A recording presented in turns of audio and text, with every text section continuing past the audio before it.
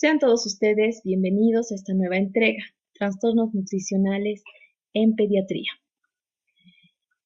En la práctica pediátrica, hablar de trastornos nutricionales involucra una serie de condiciones que generalmente es consecuencia de tres factores: la seguridad alimentaria a nivel doméstico, acceso a servicios sanitarios y de higiene, y prácticas de crianza infantil.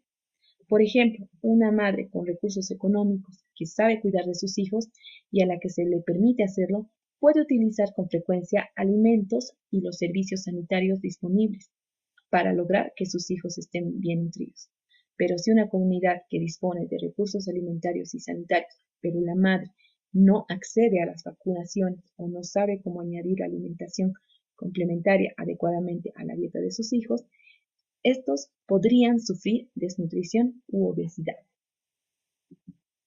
El término malnutrición comprende ambos extremos del espectro de la nutrición, de la desnutrición, que corresponde al bajo peso, retraso del crecimiento, pérdida de peso y déficit de micronutrientes, hasta el sobrepeso. Muchos malos resultados nutricionales comienzan antes del nacimiento y se manifiestan como bajo peso al nacer, siendo las principales causas la prematuridad, más importante en países desarrollados, y el retardo de crecimiento intrauterino en países en desarrollo. La desnutrición proteico-energética es un flagelo que afecta alrededor de 20 millones de niños en el mundo. Un buen porcentaje corresponde a la población infantil de países con índices de pobreza altos como Bolivia, en cuya población infantil menor de 5 años encontramos un 21,8% de desnutridos crónicos y un 1,1% de desnutridos agudos, y aproximadamente el 50% de las muertes se ven asociadas a desnutrición. El mayor riesgo de la desnutrición se produce durante el embarazo y los primeros 2 años de vida. Los efectos de este daño precoz sobre la salud, el desarrollo cerebral, la inteligencia, la educabilidad, la productividad, son potencialmente irreversibles. ¿Y cuáles son estos factores de riesgo que han de contribuir a esta entidad?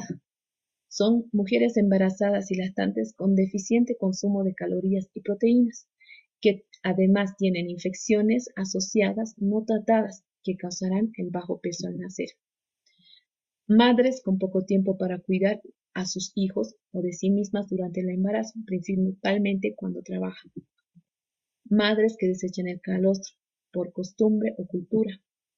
Niños que reciben alimentación diferente a la leche materna antes de los 6 meses. Por ejemplo, cuando inician la fórmula maternizada durante la lactancia. Niños que reciben alimentación complementaria demasiado tarde, cuando no inician la alimentación complementaria a los 6 meses. Niños menores de 2 años que reciben poca comida, alimentos que no tienen densidad calórica, cuando el consumo de la dieta es inadecuado. Cuidadores no saben cómo alimentar a los niños durante y después de la diarrea o la fiebre, o la mala higiene de los cuidadores que contaminan los alimentos. Medición de la desnutrición. El estado nutricional se valora con frecuencia en función de la antropometría.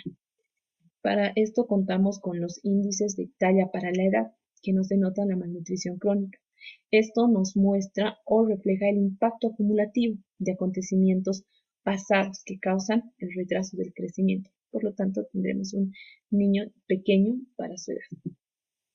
El peso para la talla nos denotará la malnutrición aguda, probablemente un niño emaciado. Esto refleja la situación actual del paciente. Hay una disminución del tejido graso magro y se asocia a pérdidas rápidas, con frecuencia asociado a procesos infecciosos agudos. Aquí no se afecta la talla, por lo tanto tendremos probablemente un niño muy delgado, pero con una talla normal. Y el peso para la edad, que es el indicador global de la desnutrición, generalmente tomado en cuenta para menores de 2 meses.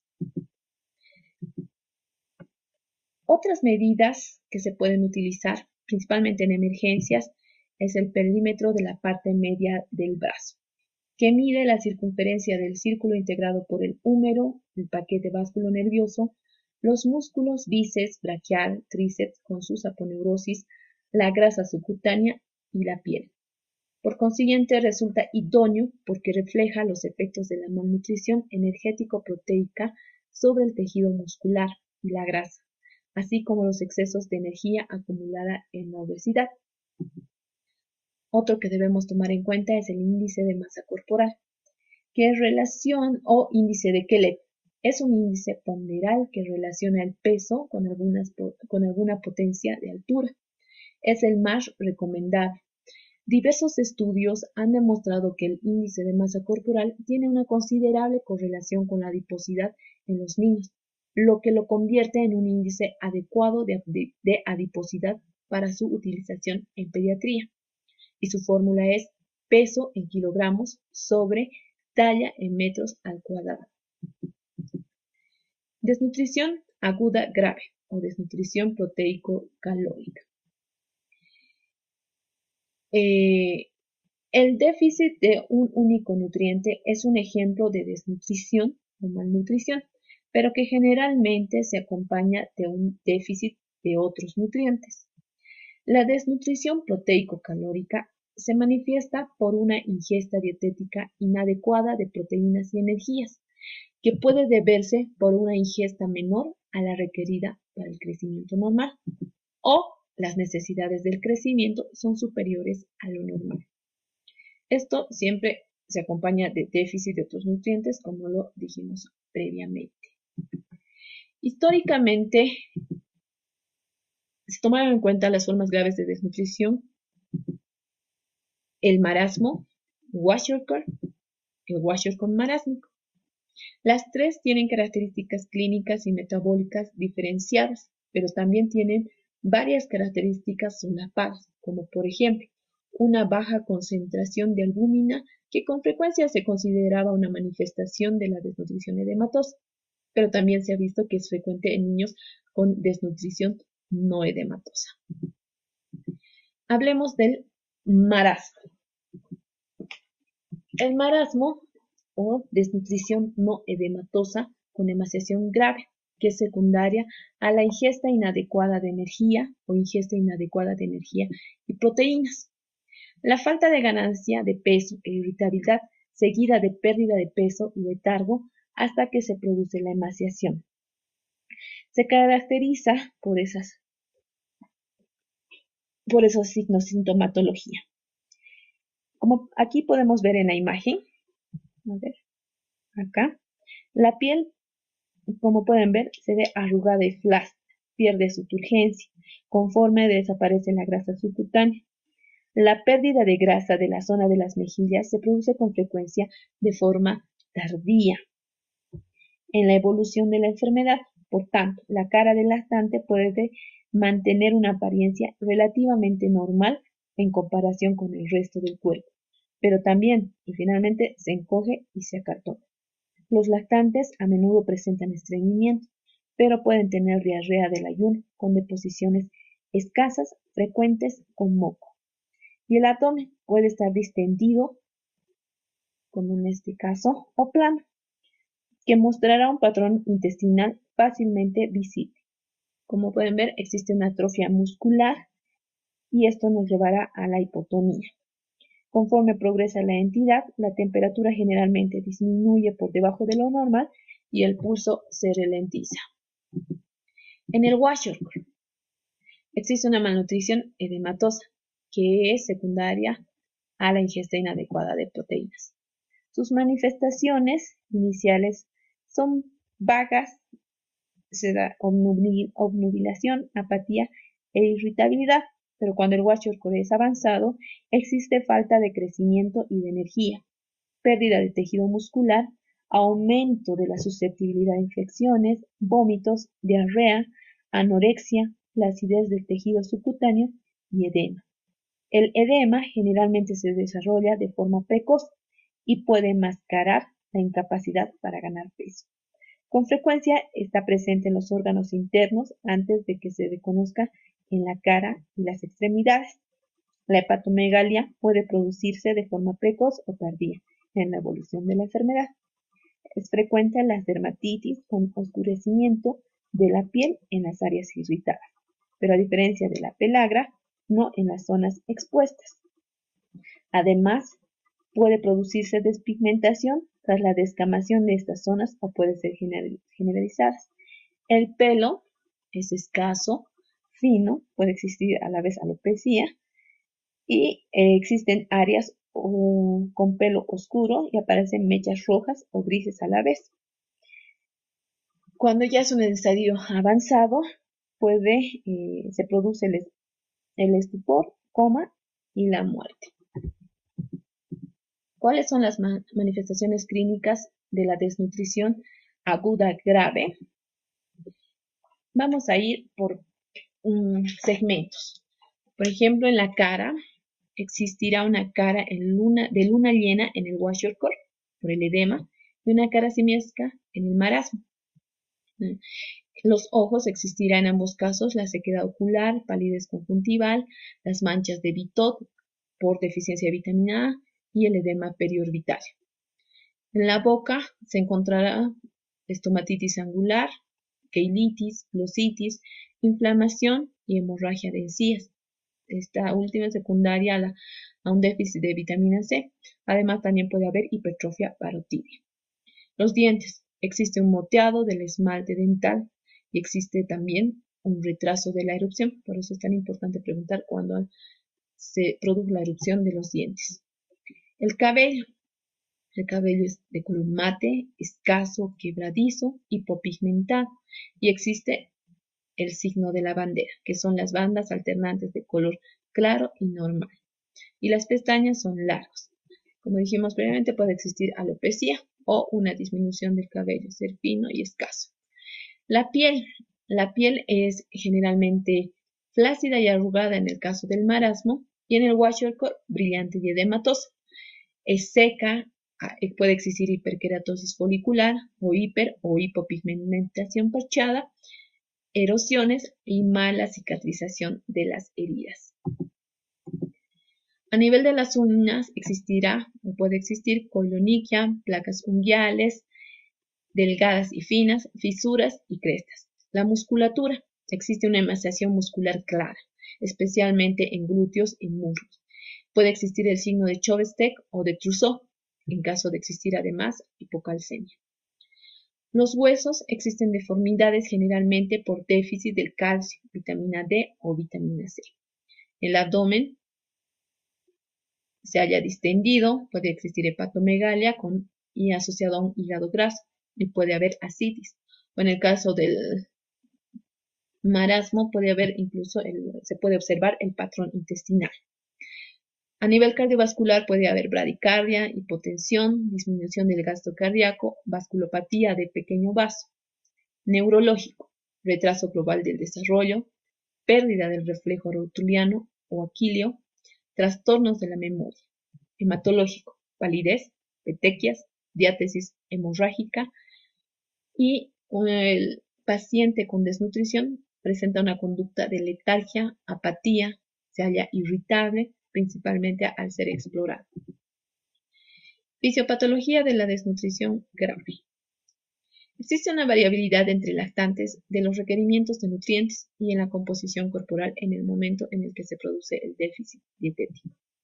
El exceso de hidratos de carbono a un niño con desnutrición no edematosa revierte las respuestas adaptativas a una ingesta baja en proteínas, lo cual produce la movilización de los depósitos corporales de proteínas y finalmente la síntesis de albúmina disminuye, lo cual produce hipoalbuminemia con edema, además de esteatosis hepática secundaria. Por lo tanto, no se debe sobrecargar con hidratos de carbono al niño desnutrido grave.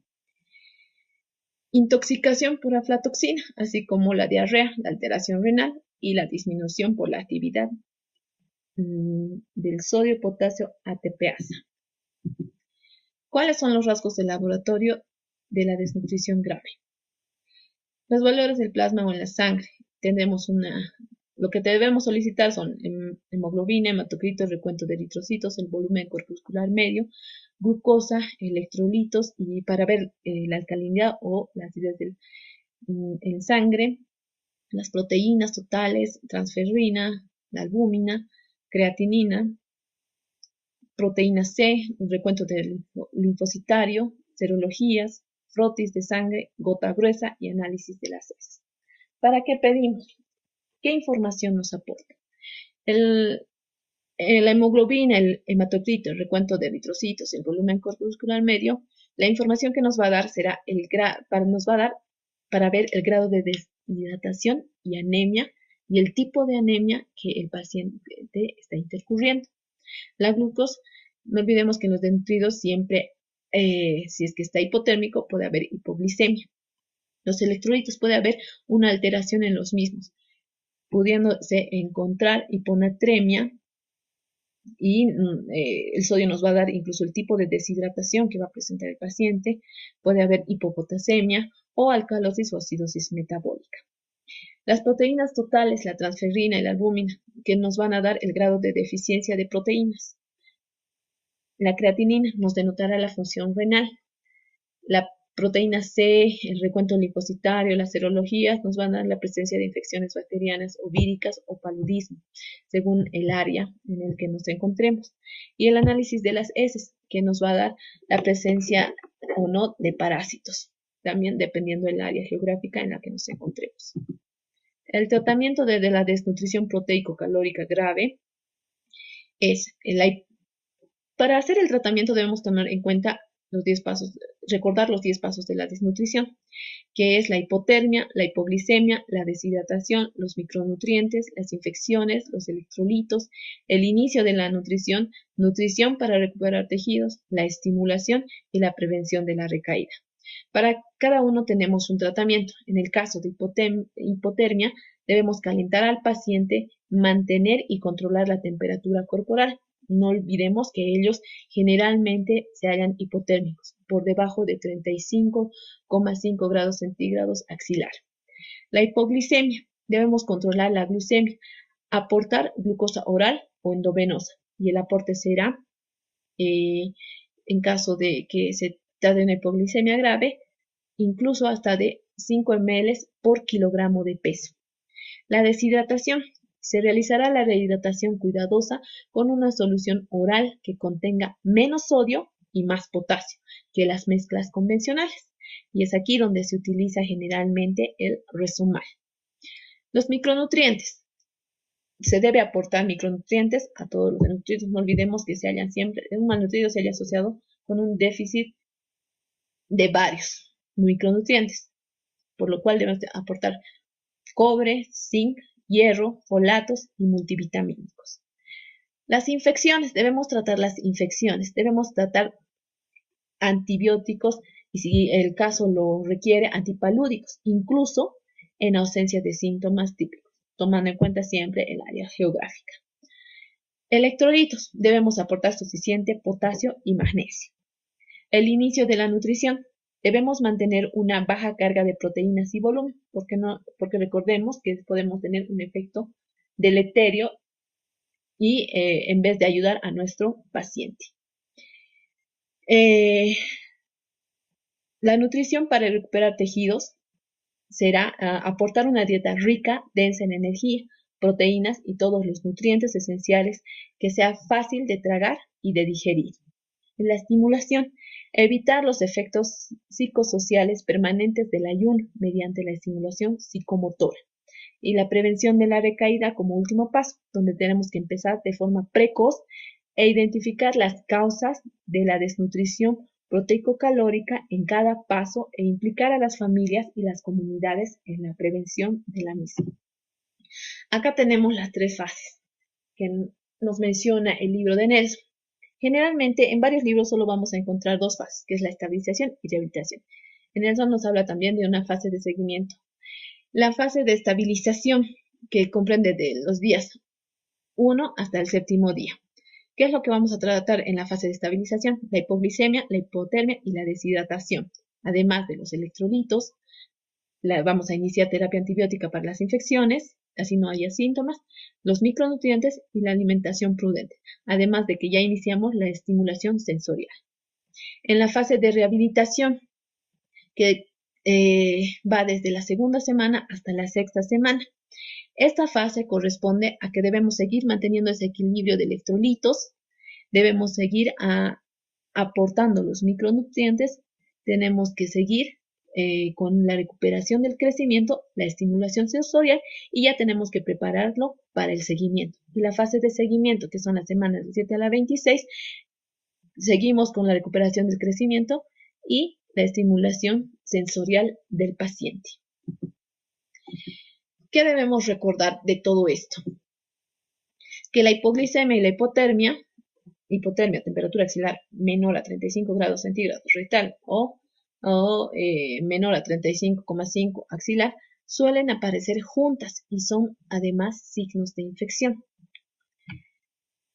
Para lo cual, un bolo de 50 ml de solución de glucosa o sacarosa a 10%, una cucharadita no rasada de azúcar en 3,5 cucharadas de agua, que debemos dar por vía oral o sonda nasogástrica a nuestro paciente. Después vamos a iniciar el régimen de la fórmula 75 cada 30 minutos durante 2 horas, que corresponde a un cuarto de la ración para 2 horas de cada vez. También debemos recordar que puede haber hipovolemia en el desnutrido y edema al mismo tiempo, como en el kwashiorkor marásmico, para lo cual debemos rehidratar al paciente, pero para la rehidratación no se debe usar la vía endovenosa, excepto en caso de choque y siempre con precaución, en infusión lenta para no sobrecargar la circulación y el corazón. También tenemos la solución de rehidratación para la malnutrición, que es el Resomal, del inglés Rehydratation Solution for Malnutrition. En la malnutrición grave no suele manifestarse los signos habituales de infección, como dijimos anteriormente. No puede existir fiebre, más lo contrario, puede haber hipotermia, y son frecuentes los casos de infección oculta.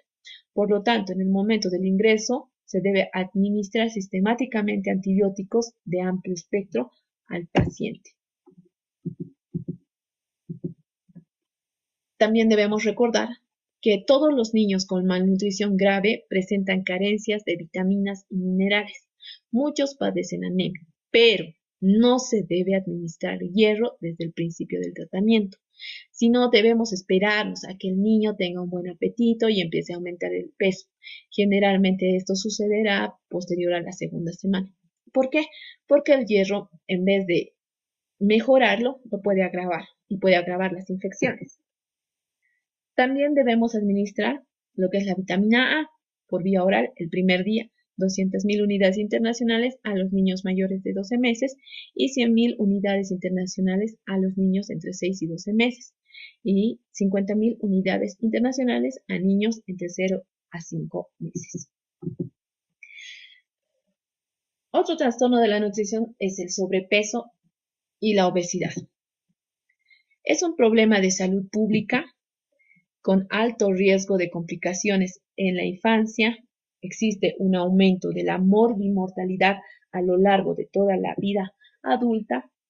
El riesgo de los niños varía en función del nivel socioeconómico, raza, nivel educativo de la madre, el sexo y la raza. El sobrepeso y la obesidad.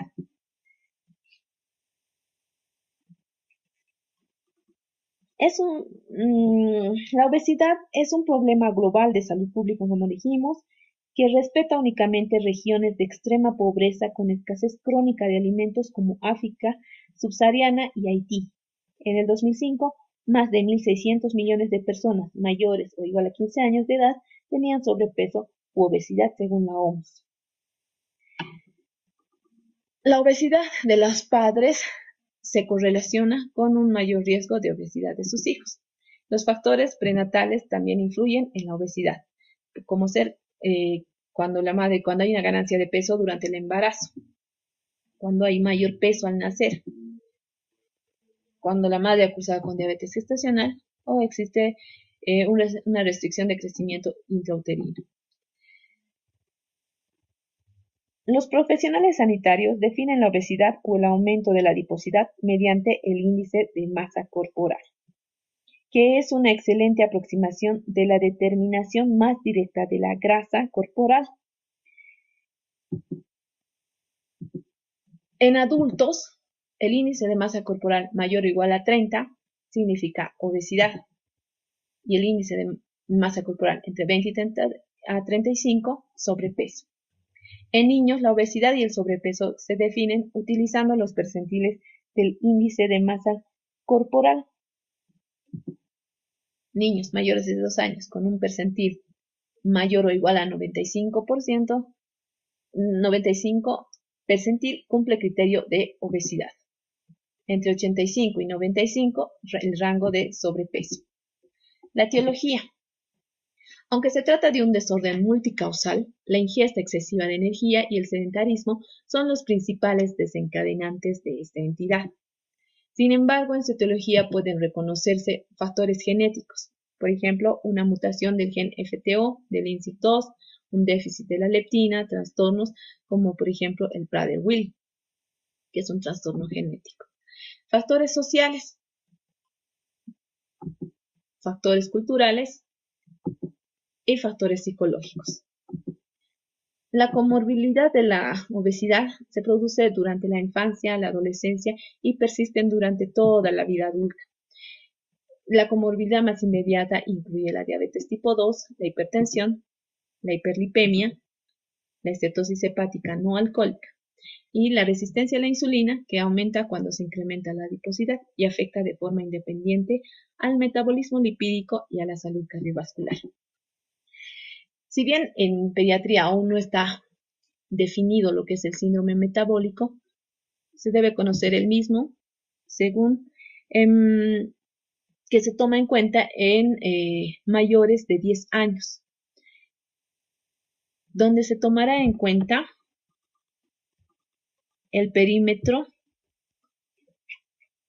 de la cintura, los triglicéridos, el HDL colesterol, glucosa en ayunas y la tensión arterial. Tres de los criterios de los siguientes nos dan un síndrome metabólico. Por ejemplo, de 10 a 16 años, si tenemos un perímetro de cintura igual o mayor al percentil 90, más triglicéridos mayor o igual a 150 miligramos decilitro y un HDL colesterol menor a 40 miligramos decilitro, podemos hablar de que nuestro paciente sí ya tiene un síndrome metabólico. O, por ejemplo, otro caso, en un niño mayor o igual a 16 años, cuando tiene una presión arterial igual o mayor a 130-85 milímetros de mercurio, o su HDL, en el caso de varones, está menor a 40 miligramos decilitro, o en el caso de las mujeres, menor a 50 miligramos decilitro, más un perímetro de cintura 94 en varones y 80 en mujeres, podemos decir de que nuestro paciente tiene un síndrome metabólico. Y lo vuelvo a recargar. En menores de 10 años, cuando el perímetro de cintura mayor al percentil 90, se deben valorar antecedentes familiares de riesgo de síndrome metabólico, si no es poco fiable. La evaluación. Se debe hacer un análisis de la gráfica del crecimiento, que nos va a mostrar la gravedad, la duración y la cronología del inicio de la obesidad. Debemos analizar la trayectoria del índice de masa corporal para determinar cuándo comenzó la obesidad. Si fue durante la lactancia, durante el rebote de adiposidad, la adolescencia, que todo esto va a poner de manifiesto problemas endocrinos que con frecuencia se producen con un enlentecimiento del crecimiento lineal. La evaluación también debe considerar causas médicas de la obesidad, patrones familiares, como ser la alimentación, la nutrición, la actividad física. También debemos hacer en el momento de la recepción del paciente una historia clínica minuciosa. Los antecedentes familiares se centrarán principalmente en la adiposidad y trastornos asociados. La exploración física, que debe ser muy minuciosa igual, y las pruebas complementarias que deben orientarse según la necesidad, como habíamos indicado previamente. Aquí tenemos un cuadro de las comorbilidades que se van asociando con la obesidad. A nivel cardiovascular, lo que podemos encontrar es dislipemia e hipertensión. Tenemos un HDL menor a 40, un LDL mayor a 130 y un colesterol total de mayor a 200. Y las pruebas complementarias, lo que tendremos que solicitar será un colesterol total en ayunas, HDL, LDL, triglicéridos. No olvidemos que el lipidograma siempre debe ser en ayunas. Y la hipertensión. Síntomas posibles que es que encuentres una presión arterial sistólica mayor a 95%, para sexo mayor al percentil 95, según para el sexo, edad y talla. Y debemos realizar las determinaciones seriadas, análisis de orina, electrolitos, NUS y la creatinina. A nivel endocrino, cuando se asocia a un diabetes mellitus tipo 2, debemos buscar acantosis nigricans, poliuria y polidipsia. La acantosis nigricans es el área áspera que se da en las áreas de pliegue con oscurecimiento de la piel, que da la sensación de un empedado grueso. Para esto la prueba complementaria que debemos solicitar son la glucosa basal, que generalmente estará mayor a 110 miligramos decilitro, la hemoglobina glicosilada, niveles de insulina, péptido C, prueba de tolerancia a la glucosa. El síndrome metabólico, donde se encontrará adiposidad central, resistencia a la insulina, la dislipemia, hipertensión e intolerancia a la glucosa. Se solicitarán la glucosa basal y colesterol de baja y alta densidad. El síndrome de ovario poliquístico. Las mujercitas tendrán las menstruaciones irregulares, hirsutismo, acné, resistencia a la insulina e hiperandrogenismo, para lo cual nosotros debemos solicitar una ecografía pélvica, testosterona libre, la hormona luteinizante y la folículo estimulante. Comorbilidad asociada a la obesidad a nivel gastrointestinal. Puede existir cálculos biliares. Los síntomas posibles son el dolor abdominal, vómitos e ictericia, para lo cual solicitaremos una ecografía. En caso de esteatosis hepática no alcohólica, los síntomas a encontrar serán la hepatomegalia, el dolor abdominal, edema de zonas de declives, transaminasas.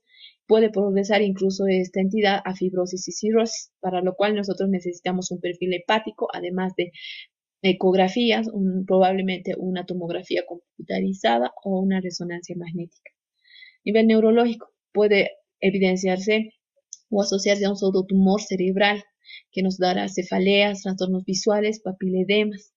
Y la prueba complementaria que se deben realizar son la presión de apertura del líquido cefalorraquídeo, una tomografía o una resonancia de cerebro. A nivel de traumatología, puede haber enfermedad de Blount o la de tibia-vara, donde vamos a observar un arqueamiento grave de las tibias, dolor de rodillas y cojera. Y aquí es donde nosotros debemos solicitar unas radiografías de rodilla. Que esto generalmente se observe, es lo que algunas personas llaman a las personas rosquitas. En realidad lo que está existiendo es un arqueamiento grave de las tibias. Esto será secundario al peso. Los problemas musculoesqueléticos. Puede haber lumbalgia, artralgias, esquinces. Frecuentemente cojera, dolor de cadera, dolor en la ingle y, como dijimos previamente, arqueamiento de las piernas, para lo cual también solicitaremos radiografías.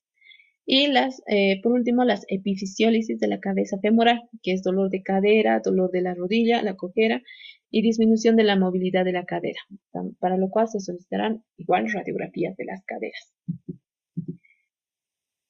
A nivel psicológico, existen complicaciones conductuales que se van a manifestar en ansiedad, depresión, baja autoestima, trastornos de alimentación, signos de depresión, empeoramiento del rendimiento escolar, aislamiento social, problemas de acoso.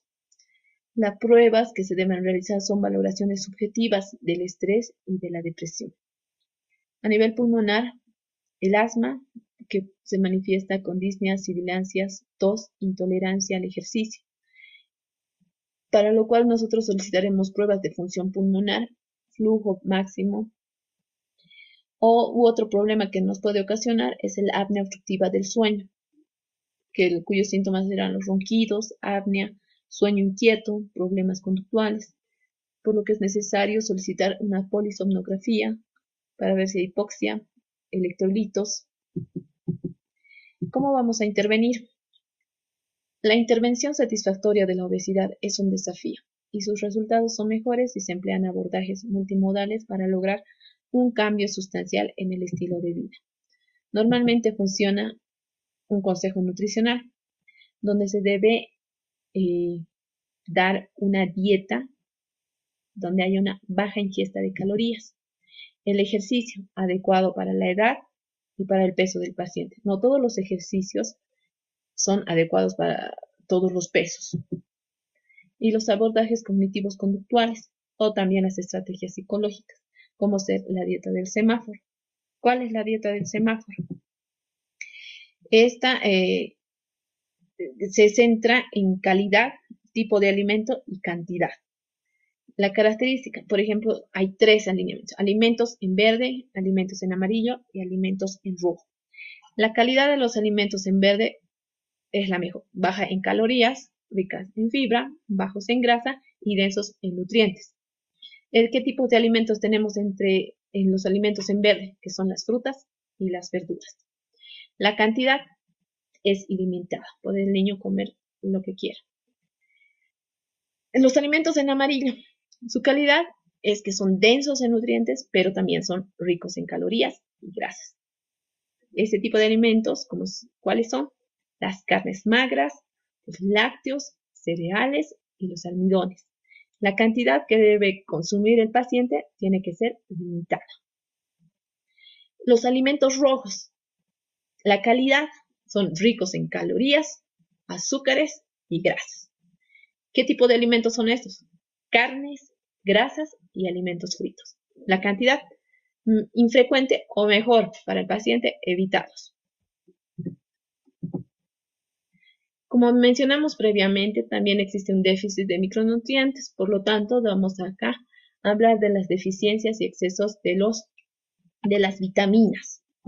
La vitamina A, retinol, es esencial para la visión, para la proliferación y diferenciación celular, principalmente en epitelios, crecimiento, funciones del sistema inmunológico, y su deficiencia se asocia a fotofobia, xeroftalmia, conjuntivitis o ceguera definitiva, que se asocia a ceguera definitiva, y la queratinización de piel y mucosas, además del retraso en el crecimiento y mayor susceptibilidad a infecciones.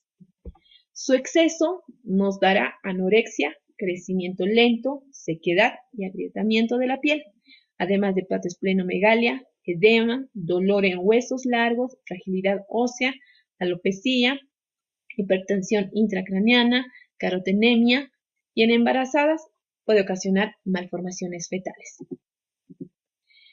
Las recomendaciones diarias van desde el nacimiento incluso.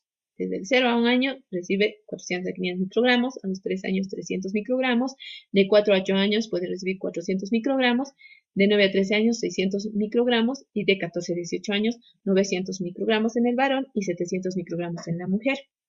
¿Cuáles son las fuentes de la vitamina A? Aceite de hígado, de pescado, yema de huevo, leche, frutas, verduras amarillas, principalmente las zanahorias. La vitamina B1 o tiamina es una coenzima esencial para el metabolismo de los carbohidratos, síntesis de ácidos nucleicos y neurotransmisores. Se recomienda que a menores de 1 año la ingesta sea de 0,4 miligramos día, otras edades entre 1 y 2 miligramos por día. Su deficiencia puede causar el beriberi, que va a incluir alteraciones neurológicas como confusión, ataxia, oftalmoplegia, debilidad y parálisis, o alteraciones cardiovasculares, donde habrá taquicardia, cardiomegalia, insuficiencia cardíaca.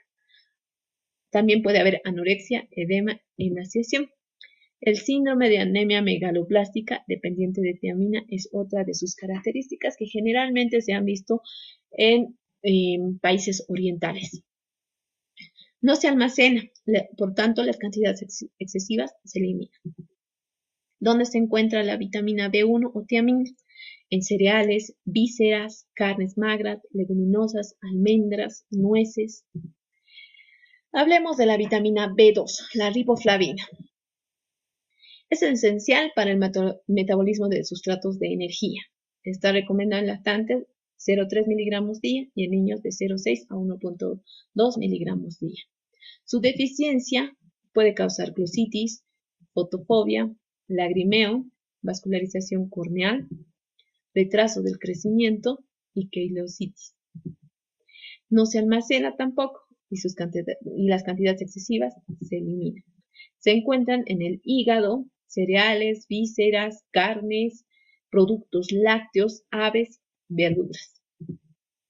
La vitamina B6 o piridoxina es cofactor enzimático que cataliza reacciones de los aminoácidos, ácidos nucleicos, glucógeno y lípidos. Se recomienda en menores de 7 meses de 0,2 miligramos día y en mayores a esta edad de 0,9 miligramos día. Su deficiencia nos va a ocasionar irritabilidad, convulsiones, anemia hipocrómica, retraso del crecimiento, oxaluria y no se almacenan las cantidades excesivas, o sea que no se almacena y todo lo excesivo se elimina. Se encuentran en la carne de pollo, pescado, arroz, trigo, avena, soya, maní, hígado, nueces, la papa, en los plátanos. La vitamina B12 o cobalamina actúa como cofactor en el metabolismo de lípidos e hidratos de carbono y es importante para la conversión de la homocisteína en metionina y el metabolismo del ácido fólico. Está recomendado que menores de 1 año tengan un consumo de 0,5 microgramos día, de 1 a 3 años de 0,9 microgramos día, de 4 a 8 años de 1,2 microgramos día, de 9 a 13 años de 1,8 microgramos día y de 14 a 18 de 2 a 4 microgramos día. Su deficiencia va a causar anemia megaloblástica, irritabilidad, retraso y regresión del desarrollo, movimientos involuntarios, además de hiperpigmentación. Tampoco se almacena y las cantidades excesivas se eliminan. Se encuentra principalmente en vísceras, mariscos, aves, yema de huevo, leche y cereales. El ácido fólico. Este elemento actúa como coenzima en el metabolismo de aminoácidos y nucleótidos, como receptor y donante de unidades de carbono. Se recomienda en menores de 1 año de 80 microgramos día, de 1 a 3 años 150 microgramos día, de 4 a 8 años de edad de 200 microgramos día, de 9 a 13 años de 300 microgramos día y de 14 a 18 años 400 microgramos día. Su deficiencia ocasionará anemia megaloblástica, retraso del crecimiento, glossitis, defectos del tubo neural en la descendencia. Tampoco se almacena y las cantidades excesivas se eliminan. Se encuentra en cereales, legumbres, verduras de hoja verde, cítricos y papaya. La vitamina A o ácido ascórbico. Vitamina C o ácido ascórbico. Perdón por la imagen, error de dedo. Tiene acción antioxidante útil en la cicatrización, reacciones alérgicas, sistema inmunológico, metabolismo del colesterol, aumenta la absorción del hierro inorgánico cuando se ingieren juntos. Su deficiencia ocasiona el escorbuto, cuyos síntomas serán la irritabilidad, dolor y edema en las piernas, hemorragia gingival, petequias, equimosis, hiperkeratosis folicular, además de que existirá una mala cicatrización de heridas. Las dosis superiores a 2 gramos puede originar dolor abdominal o diarrea osmótica. Se encuentra principalmente en cítricos, zumos, frutas, pimientos rojos, melón, tomates, coliflor y verduras de hoja verde. La vitamina D. La absorción intestinal del calcio y fósforo para permitir una buena mineralización, crecimiento y formación de huesos y dientes. Se asocia a la regulación de la presión arterial. Recomendación es de que haya un consumo de 10 microgramos por día. Su deficiencia puede ocasionar raquitismo en los niños en crecimiento o la osteomalacia. La hipocalcemia a la vez puede causar la falta de vitamina D, hipocalcemia, y esto tetania y convulsiones. Su exceso puede ocasionar hipercalcemia y esto dará origen a la emesis, anorexia, pancreatitis, hipertensión, arritmias, efectos sobre el sistema nervioso central, poliuria, litiasis renal e insuficiencia renal. Se encuentran alimentos de origen animal como pescados, huevo, hígado y la mantequilla. La vitamina E o alfa-tocoferol tiene función antioxidante que confiere la protección de las membranas celulares de la peroxidación lipídica y la formación de radicales libres. Su recomendación diaria es en lactantes de 12 microgramos día, en niños de 3 a 7 microgramos día y adolescentes de 8 a 10 microgramos día. Su deficiencia ocasionará hemólisis en hematíes de lactantes prematuros, disfunción cerebelosa y de la columna posterior, retinopatía pigmentaria, y su exceso se desconoce en realidad. Se encuentran en aceites vegetales, semillas, nueces, verduras de hoja verde, margarinas. La vitamina K. Las proteínas dependientes de la vitamina K incluyen los factores de la coagulación, como ser el 2, el 7, el 9 y el 10. Las proteínas C, S y Z, la proteína GLA de la matriz y la osteocalcina. Su recomendación es administrar de forma rutinaria 1 miligramo intramuscular en el recién nacido término y de 0,5 miligramos intramuscular en los recién nacidos prematuros. Su deficiencia ocasionará hemorragias en recién nacido, enfermedad hemorrágica grave. El exceso puede producir anemia hemolítica, ictericia, querníteros y muerte. Se encuentran en verduras de hoja verde, hígado y aceites vegetales. Bueno, con eso terminamos. Espero que les haya gustado. Muchas gracias. Hasta una